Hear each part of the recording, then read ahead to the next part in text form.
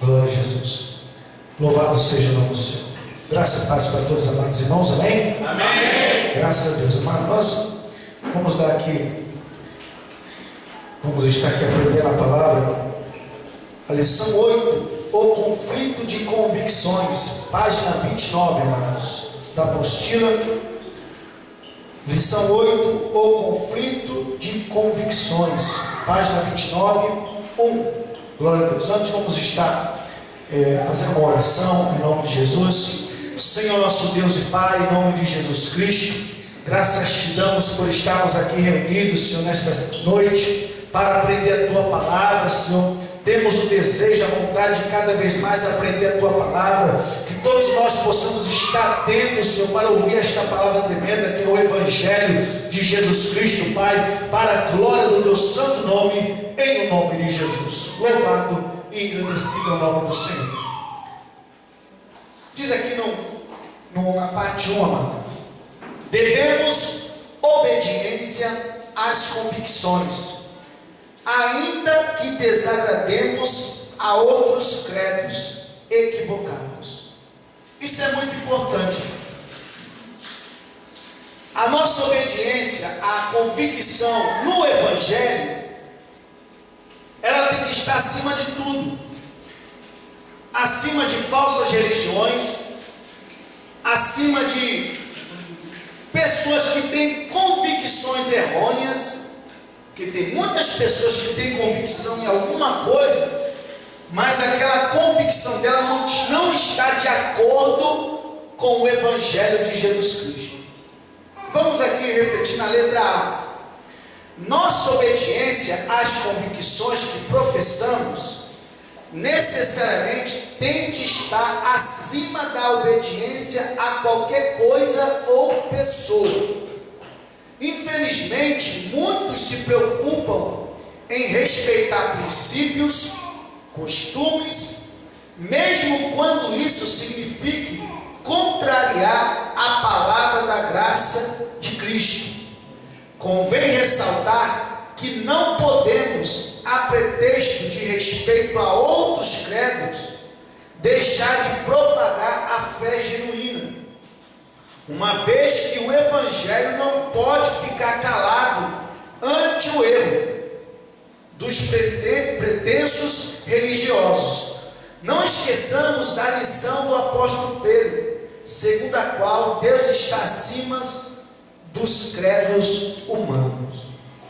Amado, a primeira coisa que nós vamos aprender nesse texto que nós vamos ler é que nós não podemos ficar calados diante de uma pessoa que transmite um credo, que transmite uma convicção errônea, errada, fora das Escrituras. Pode ser parente, pode ser grandes líderes religiosos, pode ser pessoas famosas, não importa. O que importa é que nós, que temos o Evangelho na nossa vida, temos convicção no Evangelho de Cristo, temos que falar com as pessoas que estão no credo errôneo e mostrar para elas, segundo as Escrituras, que elas estão erradas.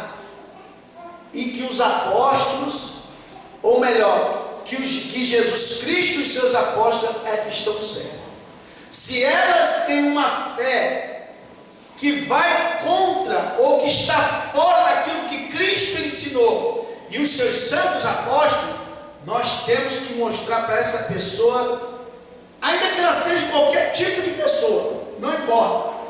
Por isso que o Evangelho, ele alcança várias culturas e vários tipos de pessoas. Eu me lembro que o pastor Davi, conversando comigo, ele falou que um amigo dele chegou para ele assim, bateu uma pessoa na porta da casa dele, esse amigo do nosso pastor Davi.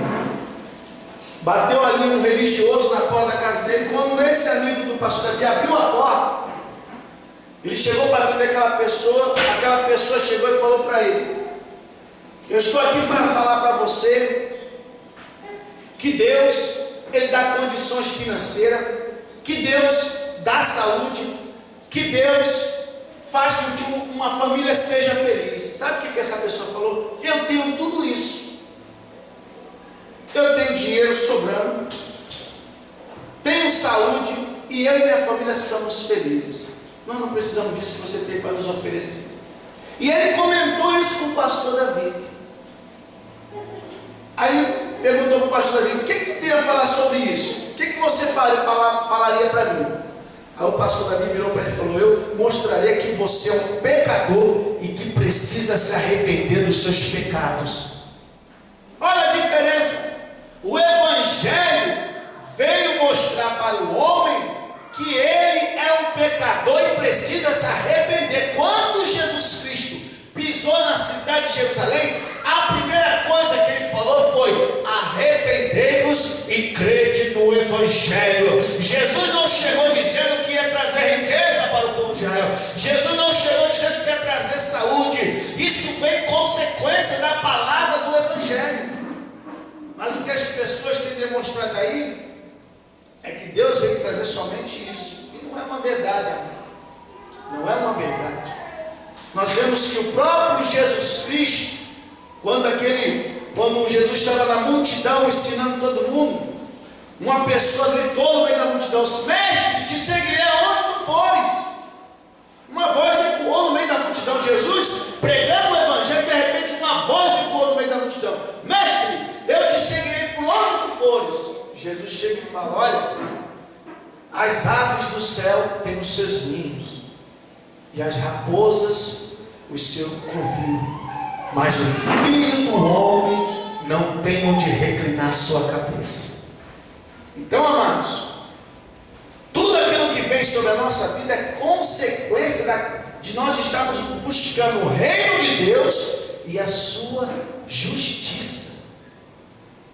Então nós vemos aqui nessa palavra que nós vamos ler agora, Atos capítulo 5, versículo 25. Olha só, nós vamos ler 1, 2, 3, 4, 5 versículos.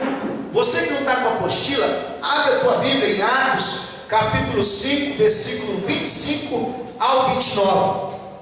Aqui vai demonstrar os apóstolos diante de líderes que aos olhos do povo de Israel era a nada.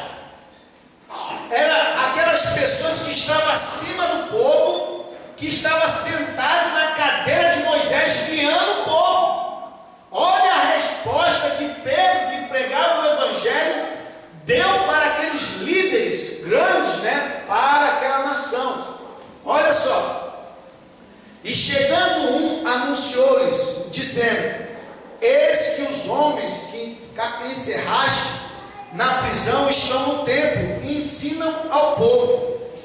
Então foi o capitão com os servidores e os trouxe, não com violência, porque temiam ser apedrejados pelo povo. E trazendo-os, os apresentaram ao conselho. Ao conselho, aos líderes religiosos.